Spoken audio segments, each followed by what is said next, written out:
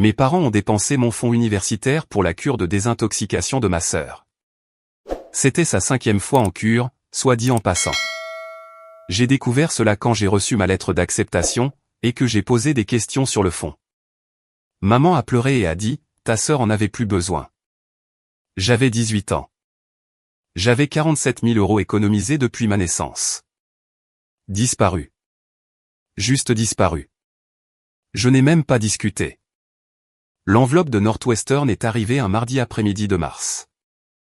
Papier crème épais, impression violette. Le genre de poids qui signifiait quelque chose d'important. Je l'ai tenu contre la lumière de la cuisine avant de l'ouvrir, savourant ce que je savais être à l'intérieur. Mes doigts tremblaient alors que je les glissais sous le seau. Félicitations, disait-elle.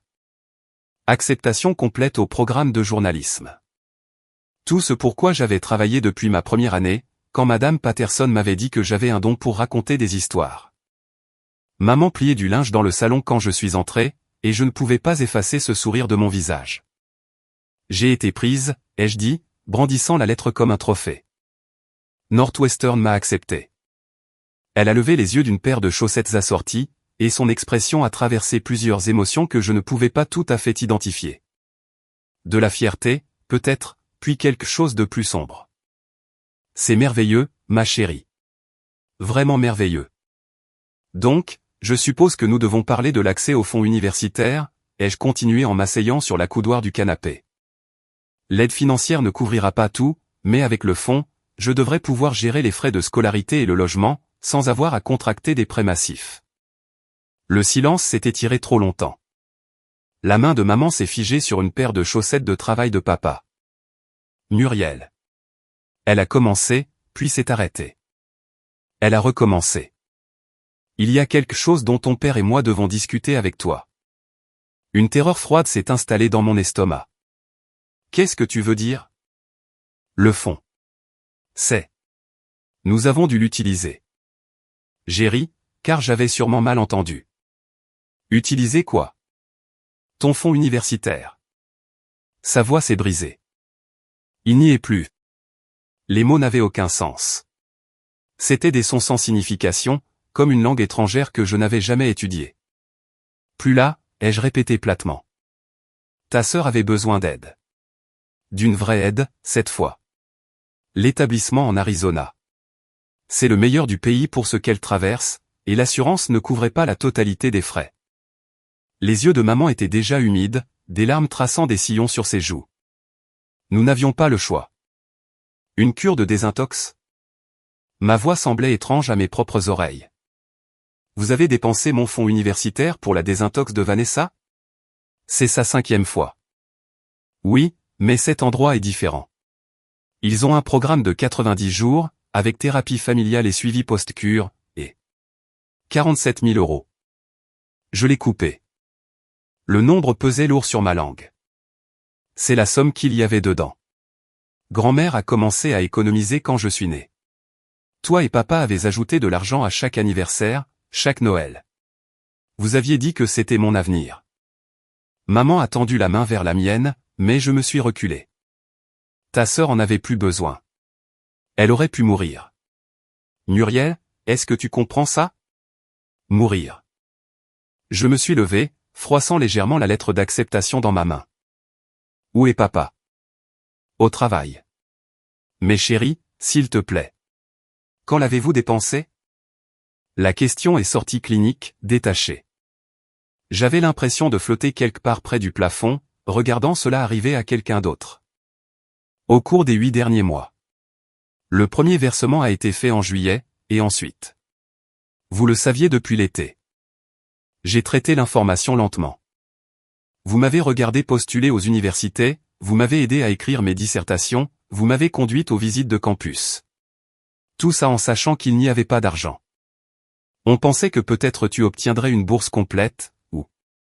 Ou quoi, maman? Ma voix s'est élevée malgré mes meilleurs efforts pour rester calme.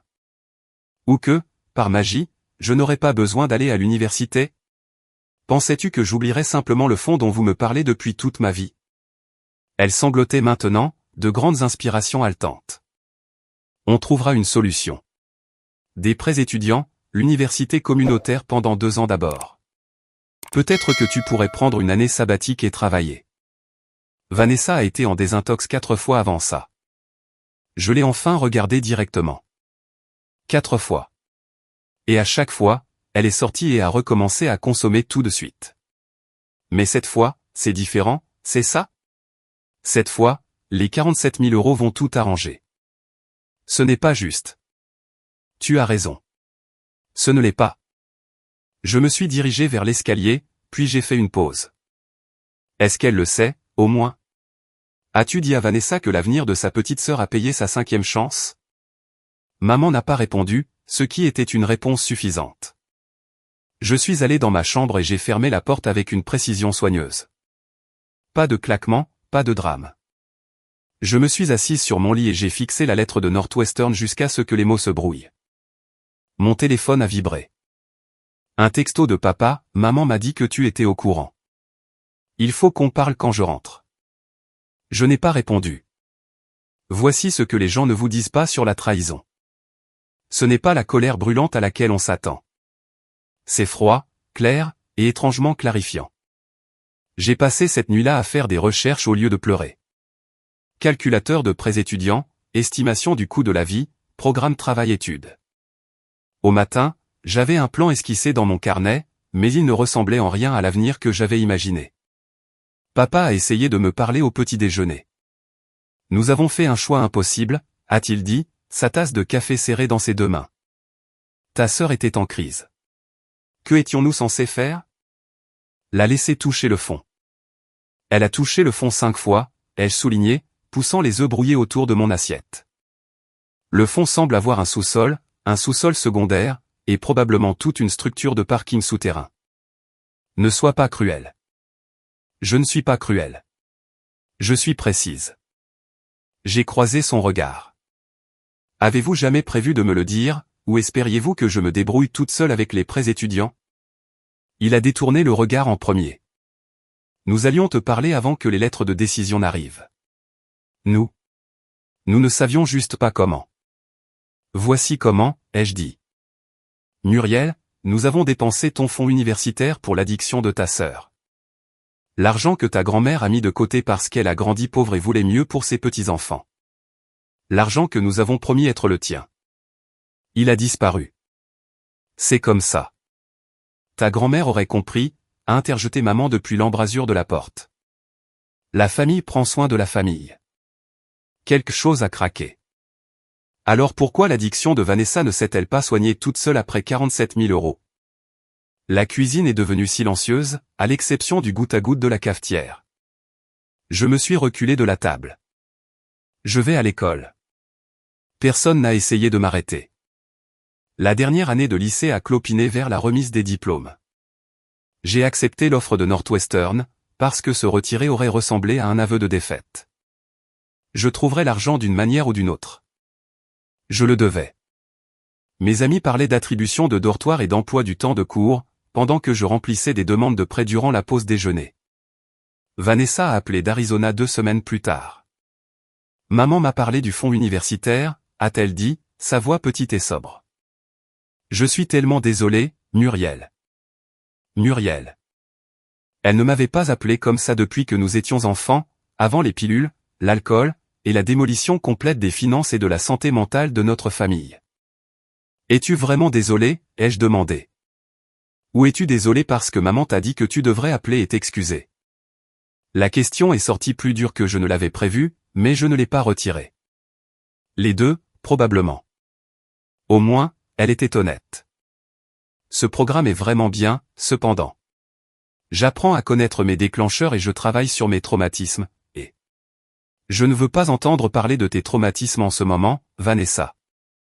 Je me suis assise sur le sol de ma chambre, le téléphone pressé contre mon oreille. J'ai passé 18 ans à te regarder te détruire, toi et tout le monde autour de toi. J'ai menti à mes amis sur la raison pour laquelle tu ne pouvais pas venir à mes événements scolaires. J'ai fait semblant de ne pas entendre maman pleurer dans la salle de bain. J'ai écouté papa inventer des excuses à sa famille pour expliquer pourquoi nous ne pouvions plus nous permettre de vacances. Et maintenant, je dois expliquer à ma colocataire d'université pourquoi je travaille 3 jobs pendant qu'elle rejoint des sororités. Je ne leur ai pas demandé de dépenser ton argent. Tu n'avais pas à demander. Tu avais juste besoin d'en avoir plus besoin que moi. J'ai ri, mais ça sonnait brisé. Et apparemment, ce sera toujours le cas. Elle pleurait quand nous avons raccroché. Je ne ressentais rien. La remise des diplômes est arrivée. Je portais du bleu roi et j'étais assise entre Marcus Chen et Jennifer Davison, par ordre alphabétique, dont aucun ne savait que mes parents avaient systématiquement démantelé mon avenir. Ils parlaient de road trips d'été et d'orientation de première année comme si c'était des garanties, au lieu de privilèges. Lors de la cérémonie, j'ai regardé maman prendre des photos avec ce sourire forcé que les gens portent quand ils font semblant que tout va bien. Papa a applaudi quand j'ai traversé l'estrade, assez fort pour que plusieurs personnes se retournent. Vanessa n'était pas là. Elle avait terminé son programme de 90 jours et emménagé dans un centre de vie sobre à Scottsdale. Plus d'argent, bien sûr. Un autre chèque du compte de mes parents. Au moins, celui-ci ne venait pas de mes fonds, puisqu'il ne restait plus rien à prendre.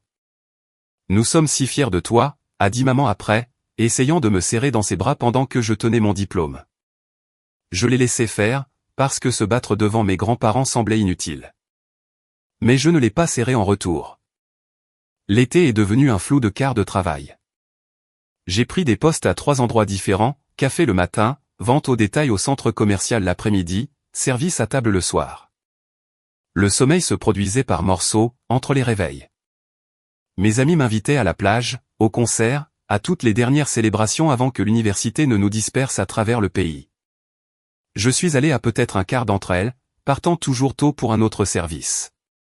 Tu vas t'épuiser avant même de commencer l'université, a averti ma meilleure amie Ashley autour d'un café glacé fin juillet. Elle partait pour UC San Diego, son fonds universitaire intact et prospère. On ne peut pas s'épuiser si on ne s'arrête jamais de bouger, ai-je répondu, vérifiant mon téléphone pour l'heure de mon prochain service. Tes parents ne peuvent vraiment pas aider du tout? J'ai raconté à Ashley une version édulcorée. Dépenses inattendues, finances serrées, toujours en train de voir pour les prêts. Elle n'avait pas besoin de savoir pour les factures de désintox ou la nouvelle tentative de sobriété de ma sœur. Certaines humiliations étaient trop spécifiques pour être partagées. Ils sont à sec, ai-je dit, ce qui était assez vrai. Ce que je n'ai pas mentionné, c'est que j'avais arrêté de dîner à la maison, arrêté de participer aux soirées cinéma en famille. Ma chambre est devenue une île privée dans une maison pleine de gens que je ne reconnaissais plus. Maman continuait d'essayer de combler le fossé avec de petits gestes, mes collations préférées apparaissant sur mon bureau, de l'argent laissé dans des enveloppes marquées ou pour Muriel. J'ai dépensé l'argent pour des manuels scolaires et laissé les collations intactes jusqu'à ce qu'elles deviennent rassis. Papa m'a surprise alors que je partais pour mon service au restaurant un soir début août. Nous devons parler de cette distance entre nous, a-t-il dit, bloquant l'embrasure de la porte. Je vais être en retard. Muriel, s'il te plaît. Sa voix s'est brisée. Nous avons pris la meilleure décision possible dans des circonstances impossibles. Un jour, quand tu auras des enfants, tu comprendras. Si j'ai des enfants, ai-je dit, je comprendrai que je ne peux pas en sauver un en sacrifiant l'autre. Je l'ai doucement poussé pour passer. Ce n'est pas de l'amour. C'est du triage. Et j'étais la patiente dont vous avez décidé qu'elle pouvait se permettre de se vider de son sang. Je l'ai entendu m'appeler, mais j'étais déjà dehors. L'orientation de Northwestern était censée durer 3 jours, avec visite de campus et activités pour briser la glace. Je n'ai eu qu'1 jour, parce que je ne pouvais pas me permettre de rater plus de quart de travail. J'ai pris un vol sur une compagnie low cost à 6 heures du matin, assisté aux sessions obligatoires, rencontré ma colocataire pendant exactement 45 minutes, puis pris un vol de nuit pour rentrer. Sarah, ma colocataire, semblait assez gentille. Majeure en sciences politiques, originaire du Connecticut, joueuse de hockey sur gazon. Des parents normaux qui croyaient apparemment au respect de leurs promesses financières. Ton emploi du temps est dingue, a-t-elle commenté, regardant mon placement travail-études et mon tableau de job à temps partiel. Quand est-ce que tu vas dormir? Les week-ends, avec un peu de chance. J'ai essayé de faire passer ça pour une blague. Elle n'a pas ri. Les cours ont commencé fin août. J'avais réussi à rassembler assez de prêts, de bourses, et d'économies pour couvrir les frais de scolarité du premier semestre, et une partie du logement. Le reste reposait sur des cartes de crédit, que j'avais ouverte spécifiquement à cet effet. Au diable les taux d'intérêt. Mes parents ont proposé d'aider pour les livres. J'ai refusé. Le programme de journalisme était tout ce dont j'avais rêvé, et rien de ce que je pouvais pleinement apprécier. Je m'asseyais dans des conférences sur le journalisme d'investigation tout en calculant combien de services j'avais besoin pour payer le loyer. Je participais à des discussions sur l'éthique et la vérité, tout en gardant la plus grande vérité de ma vie enfermée. Ma famille avait choisi l'addiction de ma sœur plutôt que mon éducation, et je les avais laissés faire parce que... Qu'est-ce que je pouvais faire d'autre? Vanessa est restée sobre en septembre. Puis octobre. Maman envoyait des mises à jour par texto que j'ignorais la plupart du temps. Ta sœur a trouvé un travail dans un café. Elle va vraiment bien cette fois. Novembre a apporté la rechute. Je l'ai appris par un message vocal de papa, sa voix tremblante. Ta sœur a fait un écart. Elle va bien. Elle est en sécurité, mais elle retourne en Arizona pour un programme de mise au point. Je voulais juste que tu saches. Une mise au point. Comme si elle était une voiture avec un problème de réglage, au lieu d'une personne qui avait flambé mon avenir entier pour sa 5e tentative de guérison. J'ai supprimé le message vocal sans rappeler. Les vacances de Thanksgiving sont arrivées, et j'ai dit à mes parents que je devais travailler pendant les fêtes. C'était partiellement vrai. J'avais pris des doubles services dans un restaurant de Chicago qui avait besoin de personnel supplémentaire, mais surtout, je ne pouvais pas m'asseoir à une table et faire semblant d'être reconnaissante. Pendant que la chaise vide de Vanessa rappelait à tout le monde où l'argent était vraiment passé. Ashley m'a interpellé la semaine d'après. Tu n'es pas rentré à la maison. Je devais travailler. Tu as le droit d'être en colère. Tu sais. Elle avait eu droit à toute l'histoire un soir où j'étais trop épuisé pour maintenir la version édulcorée. Ils t'ont arnaqué. Ils ont sauvé la vie de ma sœur, prétendument. J'ai remué du sucre dans un mauvais café du syndicat étudiant. Je suis juste égoïste, à vouloir des choses stupides comme une éducation et un avenir. Arrête. La voix d'Ashley est devenue tranchante. Arrête de faire ce truc où tu minimises ce qu'ils ont fait. Ils avaient 18 ans pour économiser pour sa guérison, et 18 ans pour économiser pour ton université. Ce n'étaient pas des objectifs mutuellement exclusifs, jusqu'à ce qu'ils les rendent mutuellement exclusifs. Elle avait raison.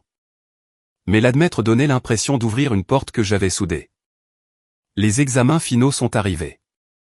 J'ai obtenu une moyenne de 3,7 tout en travaillant 30 heures par semaine, ce qui aurait dû ressembler à une victoire.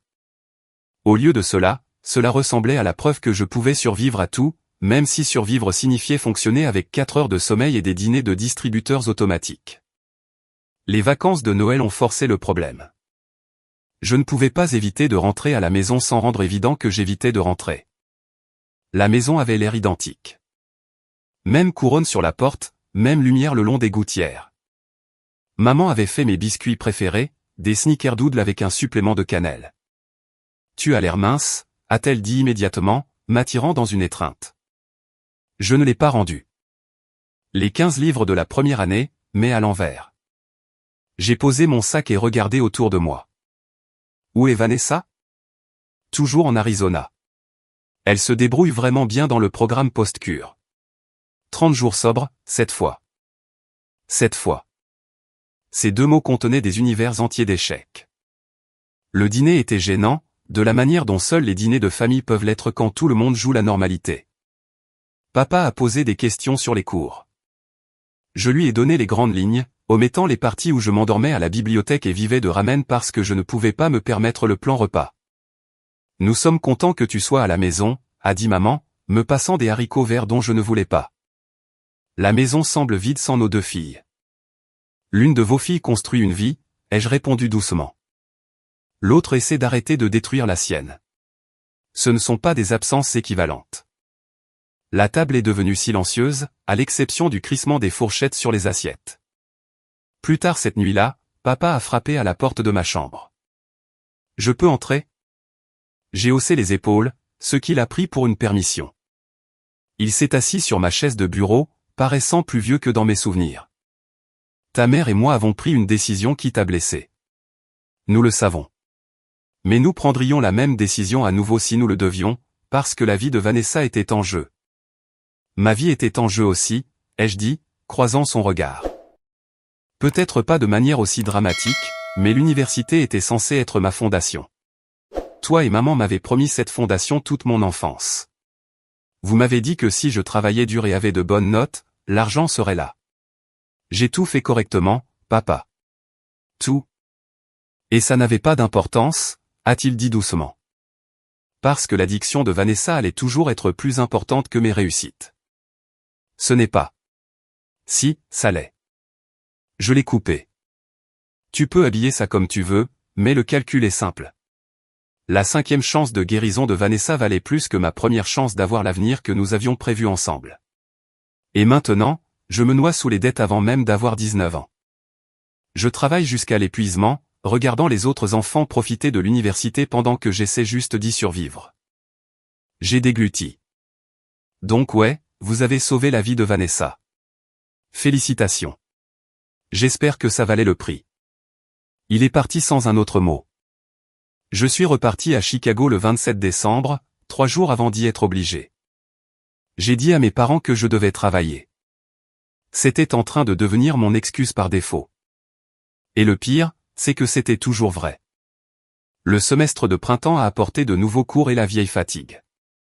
Ma colocataire Sarah a gentiment suggéré que je voie le conseiller du campus pour la gestion du stress. J'ai ri, parce que la thérapie coûtait de l'argent que je n'avais pas. Et d'ailleurs, qu'est-ce que je dirais? Que mes parents avaient priorisé l'addiction d'une fille sur l'éducation de l'autre? Et que maintenant j'étais en colère tout le temps, mais que je ne pouvais pas me permettre de le ressentir parce que j'étais trop occupé à travailler 3 jobs pour me maintenir à l'école? Février a livré un autre message vocal de papa. Vanessa a encore rechuté. Elle est à l'hôpital. Overdose, mais elle est stable. J'ai pensé que tu devrais savoir. J'ai sauvegardé le message mais je ne l'ai pas réécouté. Je n'ai pas rappelé. Qui avait-il à dire? Je suis désolé que vos 47 000 € ne l'aient pas réparé. J'espère que l'établissement en Arizona offre un programme de fidélité. L'amertume commençait à sembler normale. Mars a apporté mon 19e anniversaire.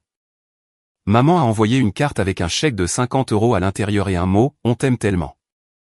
On aimerait pouvoir faire plus.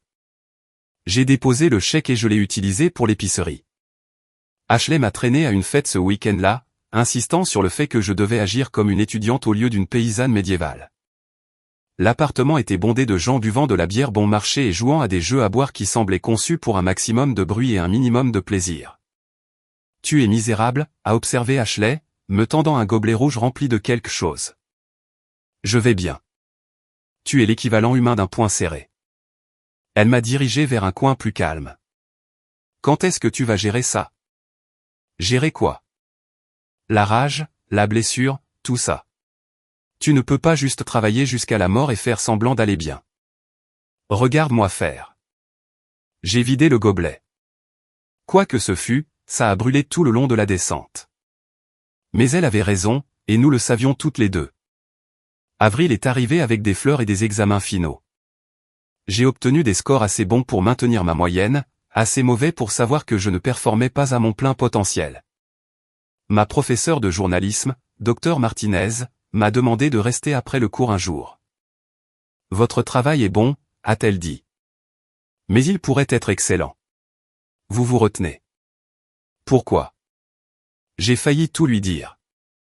J'ai failli expliquer le fond universitaire, la désintox, et la façon dont j'avais appris que famille était juste un autre mot pour des gens qui pouvaient vous détruire avec de bonnes intentions. Au lieu de cela, j'ai haussé les épaules. J'ai juste beaucoup de choses à gérer. Elle m'a regardé comme si elle pouvait voir à travers le mensonge, mais elle était trop professionnelle pour insister. Quoi que vous portiez, ne le laissez pas tuer votre passion. Le journalisme a besoin de gens qui se soucient assez pour être en colère contre l'injustice. Canalisez-le. Canalisez-le. Comme si la colère était une rivière que je pouvais rediriger, au lieu d'un océan dans lequel je me noyais. L'été est revenu, et avec lui un autre point de décision, rentrer à la maison ou rester à Chicago. L'appartement que je partageais avec Sarah était disponible pour une sous-location d'été, et j'avais déjà prévu des heures à temps plein au restaurant, plus des gardes le week-end dans une librairie. « Tu rentres un peu à la maison ?» a demandé Sarah en emballant son équipement de hockey. Peut-être pour une semaine. Je n'avais pas encore décidé. La pensée de m'asseoir dans ma chambre d'enfance, à faire semblant que tout allait bien pendant que Vanessa était dans son 6e centre de désintoxication, oui, 6 maintenant, ressemblait à se porter volontaire pour une torture émotionnelle par l'eau. J'ai fait un compromis avec 4 jours en juillet, assez long pour faire acte de présence, assez court pour maintenir un déni plausible sur à quel point je m'étais déconnecté de ma famille. La maison semblait différente, plus petite peut-être, ou juste plus triste. Maman avait perdu du poids qu'elle ne pouvait pas se permettre de perdre. Les cheveux de papa étaient devenus plus gris aux tempes. Ils bougeaient l'un autour de l'autre avec la courtoisie prudente de gens qui s'étaient trop disputés et avaient renoncé à une résolution. Vanessa est dans un programme en Californie maintenant, m'a dit maman autour d'un café lors de mon 2e matin à la maison. C'est plus holistique. Yoga, méditation, thérapie. Combien, ai-je demandé. Quoi? Combien coûte le holistique? Le visage de maman s'est effondré. Ce n'est pas juste. Rien de tout ça n'est juste, maman. C'est ça le point. J'ai posé ma tasse avec une précision soigneuse. Est-ce que tu vois seulement ce qui se passe ici? Toi et papa avez consacré vos vies entières à gérer l'addiction de Vanessa. Votre mariage se meurt. Vous avez l'air épuisé, et elle est dans son 6e établissement, à recommencer à zéro, comme si les 5 premiers n'étaient jamais arrivés. À quel moment admettez-vous que ça ne marche pas? C'est notre fille. Je suis votre fille, aussi. Les mots sont sortis plus doucement que je ne l'avais prévu. Mais je suis celle qui est facile. Je n'ai pas besoin d'être sauvée, ou gérée, ou de milliers d'euros en intervention de crise. J'avais juste besoin que vous teniez la promesse que vous avez faite quand je suis né. C'est tout. Juste tenir une promesse. Maman a tendu la main à travers la table vers la mienne. Cette fois, je l'ai laissé la prendre, bien que je n'ai pas serré en retour. Je ne sais pas comment réparer ça, a-t-elle chuchoté. Tu ne peux pas. J'ai retiré ma main doucement. L'argent a disparu. La confiance a disparu.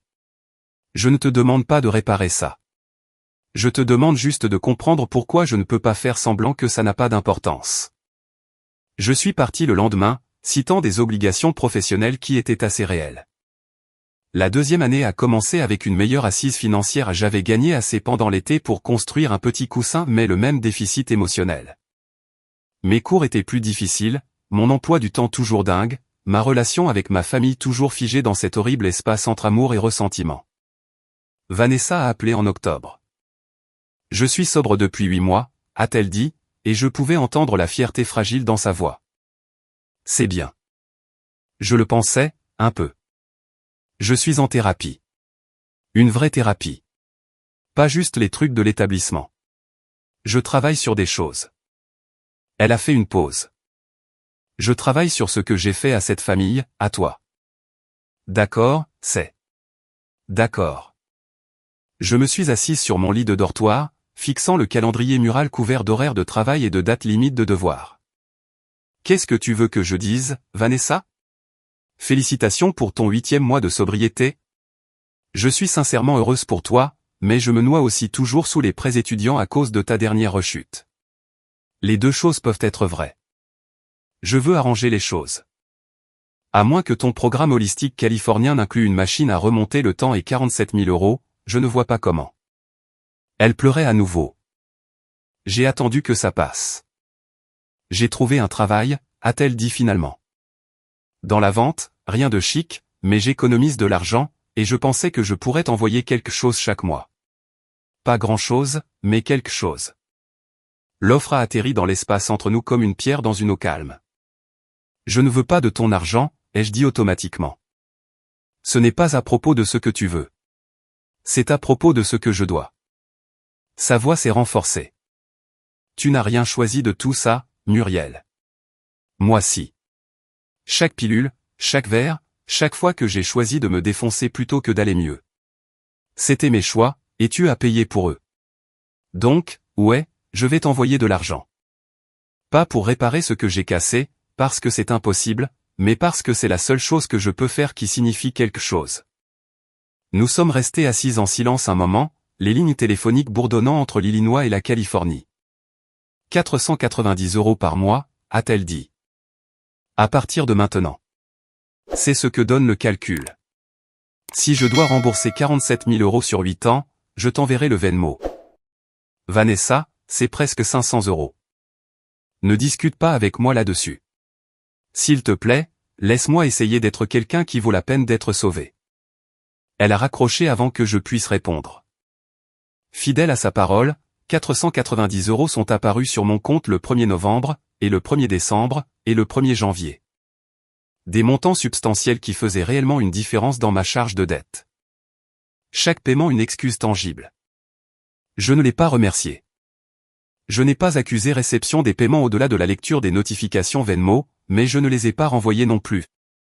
La 3e année a apporté un développement inattendu, une bourse. La Fondation Marshall accordait des subventions aux étudiants en journalisme démontrant un besoin financier et une excellence académique. 20 000 €, renouvelables pour la dernière année si je maintenais ma moyenne. J'ai pleuré dans le bureau de l'aide financière quand ils me l'ont dit. De vraies larmes. Les premières que je m'étais laissé verser depuis le jour où j'avais appris pour le fonds universitaire. La conseillère m'a tendu des mouchoirs et a souri comme si elle avait déjà vu ça. Vous avez mérité ça, a-t-elle dit. Peut-être. Ou peut-être que j'ai juste survécu assez longtemps pour avoir de la chance. La bourse a tout changé, et rien. Ma charge de dette s'est considérablement allégée avec les paiements mensuels de Vanessa et ce nouveau financement. Mon emploi du temps est resté brutal par choix maintenant, plutôt que par nécessité. L'éthique de travail que j'avais construite n'était pas quelque chose que je pouvais simplement démanteler. Mais l'espace que cela a créé m'a permis de respirer. J'ai appelé mes parents pour leur parler de la bourse. Maman a pleuré, bien sûr. La voix de papa est devenue épaisse de fierté. Il voulait m'emmener dîner pour célébrer. Voulait conduire jusqu'à Chicago et voir où je vivais. Peut-être pendant les vacances de printemps, ai-je dit, sans m'engager. La vérité était plus simple et plus compliquée. J'avais appris à construire une vie sans eux. Pas par méchanceté, bien que la méchanceté ait fait partie du processus initialement, mais par nécessité. Ils m'avaient montré que je ne pouvais pas compter sur eux pour l'avenir qu'ils avaient promis. Alors, j'avais arrêté d'essayer. La distance que cela créait n'était pas quelque chose qu'un dîner de célébration pouvait combler. Vanessa est restée sobre tout au long de ma 3e année. 12 mois sont devenus 15, sont devenus 18.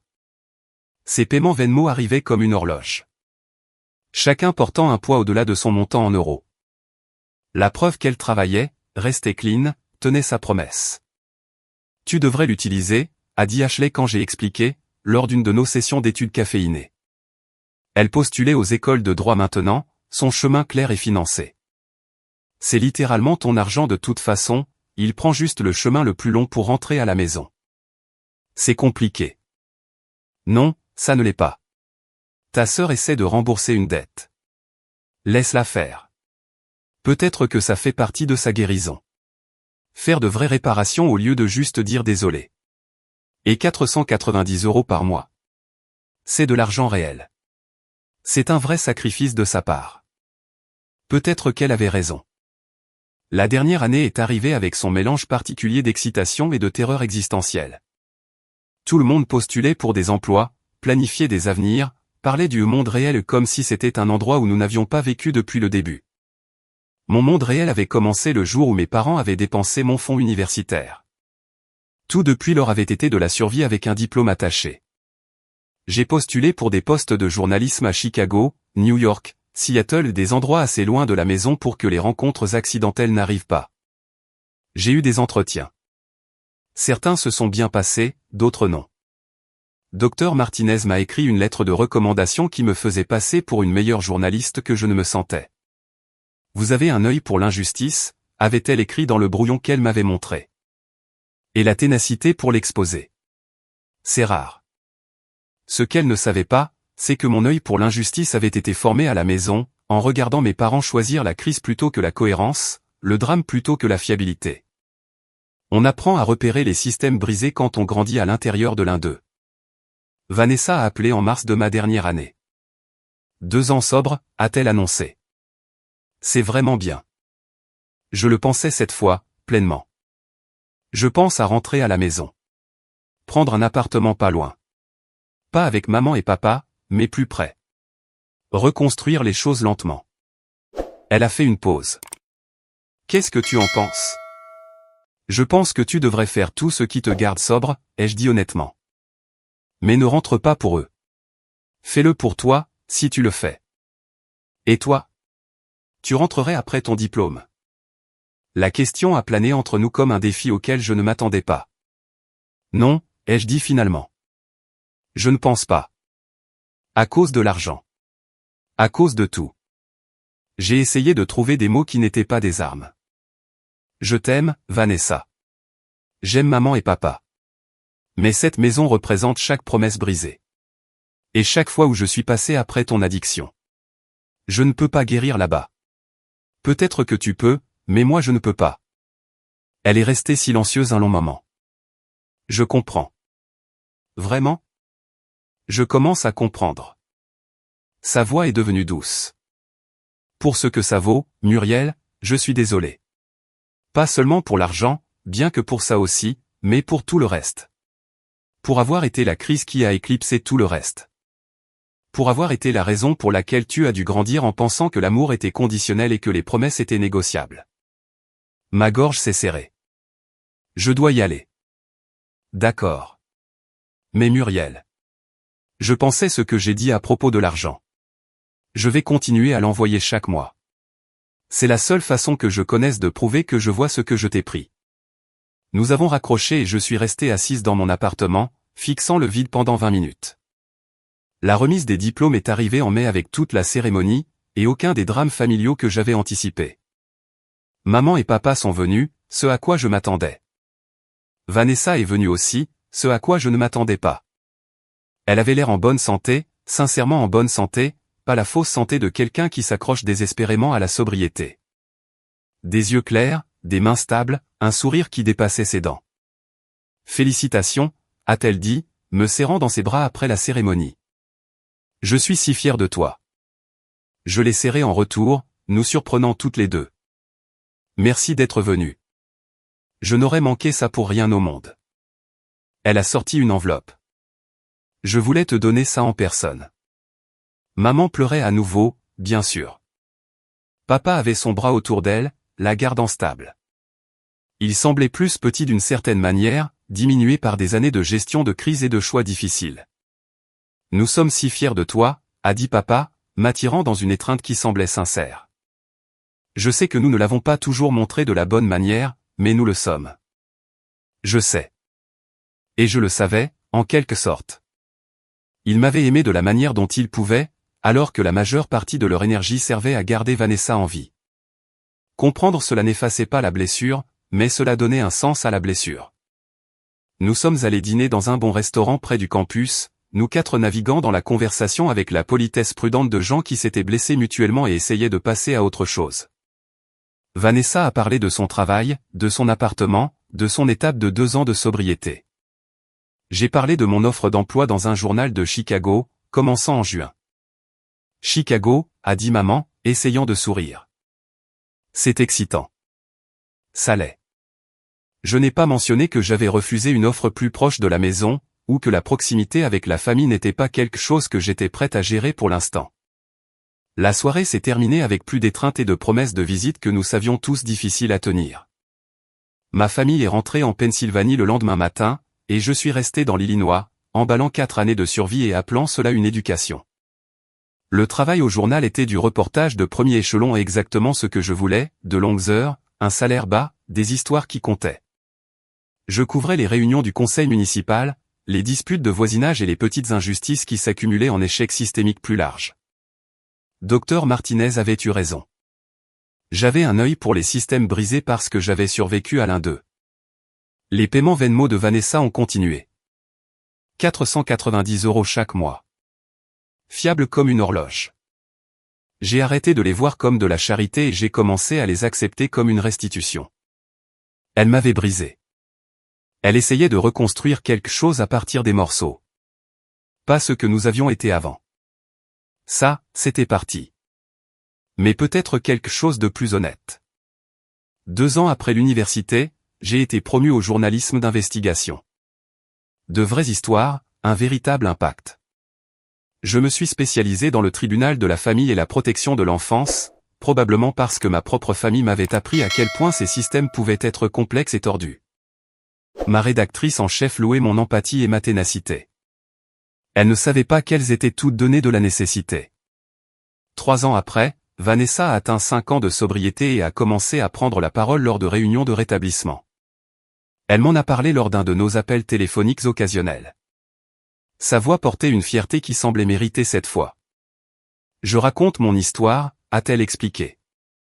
Y compris les parties sur la façon dont mon addiction a détruit les finances de ma famille et l'avenir de ma sœur.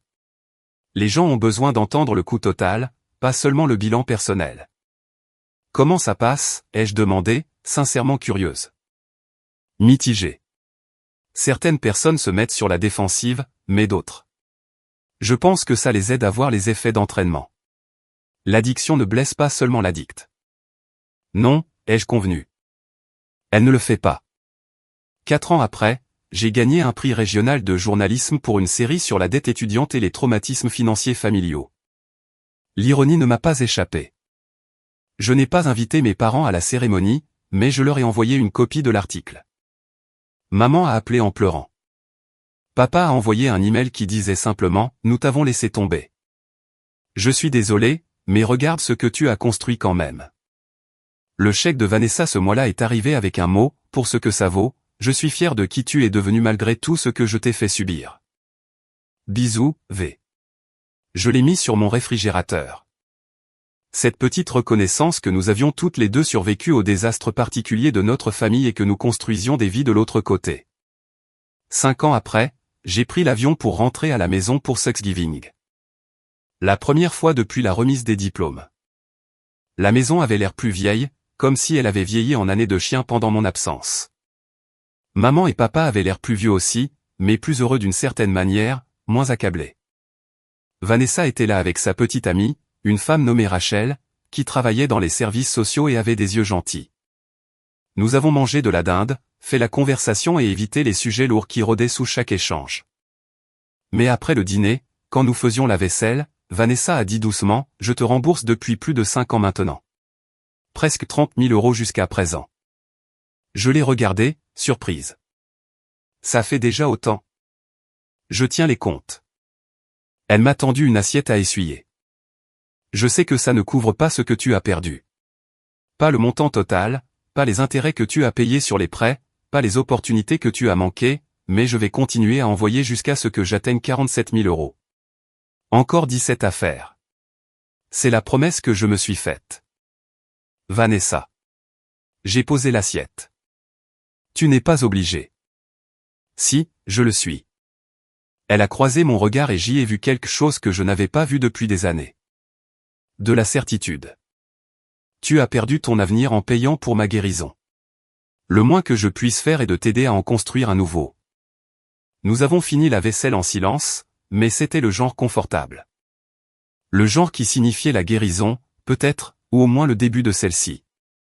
Cette nuit-là, allongé dans mon lit d'enfance, j'ai pensé à la vengeance. À la façon dont je l'avais imaginé dans ces premiers jours, couper complètement les ponts avec ma famille, devenir sauvagement prospère, leur frotter le nez dedans, leur faire mal comme ils m'avaient fait mal. Les fantasmes mesquins et vindicatifs qui m'avaient tenu chaud pendant ces premiers semestres brutaux. Mais la vraie vengeance, avais-je appris, ne ressemblait en rien à ça. La vraie vengeance, c'était de survivre à ce qui aurait dû vous détruire. C'était de construire une carrière à partir de rien quand on vous avait promis quelque chose. C'était de maintenir votre intégrité quand l'amertume aurait été plus facile. C'était de refuser de devenir le genre de personne qui abandonnerait sa famille, même quand la famille vous avait abandonné en premier. La vraie vengeance, c'était de forcer les gens qui t'ont brisé à te regarder guérir, sans leur aide. J'étais entré à Northwestern, j'avais obtenu mon diplôme avec mention malgré 3 emplois, gagné des prix de journalisme, construit une vie dans une ville que j'aimais en faisant un travail qui comptait. Mes parents avaient dépensé mon fonds universitaire pour l'addiction de ma sœur, et j'avais réussi quand même. Pas grâce à leur soutien, mais malgré leur trahison.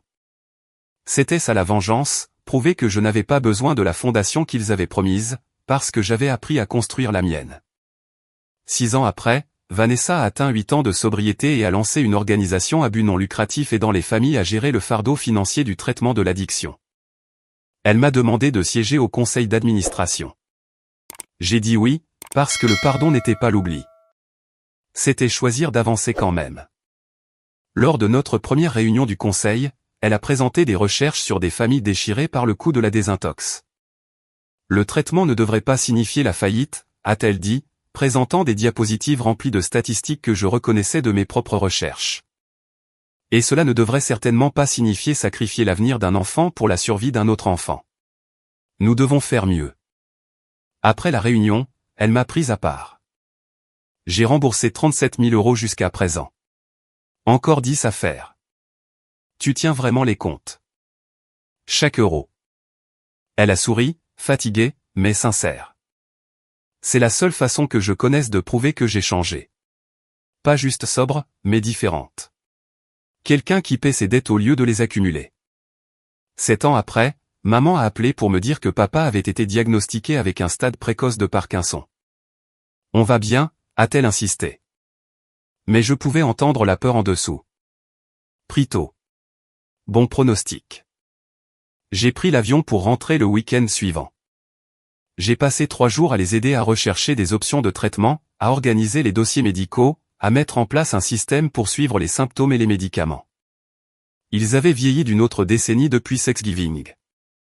Le stress et le temps prélevaient leur dû. Tu n'étais pas obligé de venir, a dit papa, les mains tremblant légèrement alors qu'il tenait son café. Je sais. J'ai serré doucement son épaule. Mais je voulais le faire. Parce que c'était ça le truc avec la famille. On pouvait être en colère contre le passé et être quand même présent pour le présent. Les deux choses pouvaient coexister. 8 ans après, Vanessa a fait son dernier paiement. 47 000 € transférés par incrément de 490 € sur 8 ans. Elle m'a appelé le jour où elle a envoyé le dernier. C'est fait, a-t-elle dit. Et je pouvais entendre des larmes dans sa voix. Je sais que ça ne répare pas ce qui s'est passé. Je sais que tu as payé des intérêts que je ne peux pas rembourser et manqué des expériences que je ne peux pas récupérer, mais le nombre correspond maintenant. 47 000. Je me suis assise dans mon appartement en fixant mon compte bancaire, regardant ce dernier versement apparaître. Merci, ai-je dit, et je le pensais. Pas seulement pour l'argent, mais pour avoir compris pourquoi cela comptait. Je t'aime, Muriel. Je suis désolé d'avoir passé tant d'années à être le genre de sœur qui ne savait que prendre. Je t'aime aussi. Les mots venaient plus facilement maintenant, polis par des années de vérité compliquée. Et pour ce que ça vaut, a-t-elle ajouté, je suis fier de qui tu es devenu. Nous avons pleuré ensemble. 2 sœurs séparées par 1000 kilomètres et une vie d'erreur, trouvant enfin notre chemin vers quelque chose ressemblant à la paix. 9 ans après, j'ai été promu journaliste d'investigation senior. L'augmentation était substantielle, le travail plus significatif. J'ai utilisé les 47 000 € de Vanessa pour rembourser le reste de mes prêts étudiants, puis j'ai fait don du reste à son organisation à but non lucratif. La boucle était bouclée. Étrange, douloureux, et d'une certaine manière juste. Maman m'a organisé une fête quand je leur ai parlé de la promotion. Petit comité, juste la famille et quelques amis proches d'enfance qui étaient restés dans les parages. Vanessa a porté un toast qui a fait pleurer tout le monde. À ma sœur, qui a réussi non pas grâce à nous, mais malgré nous, et qui m'a appris que la rédemption n'est pas une question de pardon, c'est une question d'action. 10 ans après le jour où j'ai découvert que mon fonds universitaire avait disparu, je me tenais dans la cuisine de mes parents, buvant du café avec maman pendant qu'elle faisait des pancakes. Même cuisine, différentes personnes l'habitant. Nous devons te dire quelque chose, a dit maman. Retournant un pancake avec une aisance exercée. Quelque chose que j'aurais dû dire il y a 10 ans. Quand nous avons dépensé ton fonds universitaire pour la désintox de Vanessa, je me suis dit que nous faisions un choix impossible. Vie ou mort, crise ou opportunité. Elle a fait une pause, la spatule planant au-dessus de la plaque chauffante. Mais la vérité, c'est que nous avons mal choisi. Nous avons choisi la crise que nous pouvions voir, plutôt que l'avenir que nous avions promis. Nous avons choisi l'enfant qui exigeait notre attention, au détriment de l'enfant qui avait mérité notre confiance.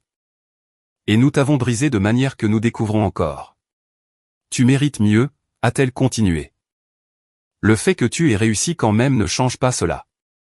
Ça signifie juste que tu es plus forte que nous ne l'avons jamais cru. Je l'ai serré dans mes bras. Je te pardonne, ai-je dit. Pas parce que ce que vous avez fait était bien. Ce ne l'était pas. Mais parce que s'accrocher à la colère me détruisait plus que ça ne vous blessait. Plus tard ce jour-là, Vanessa et moi étions assises sur le porche arrière, buvant de la bière et regardant le coucher de soleil. Est-ce que tu le regrettes parfois, a-t-elle demandé. De ne pas nous avoir coupés complètement. Parfois, ai-je admis. Mais on ne peut pas guérir de l'abandon en devenant celui qui abandonne. La vengeance que j'avais obtenue n'était pas dramatique. Elle était plus calme. C'était la survie. C'était construire quelque chose de mieux. Et c'était tout.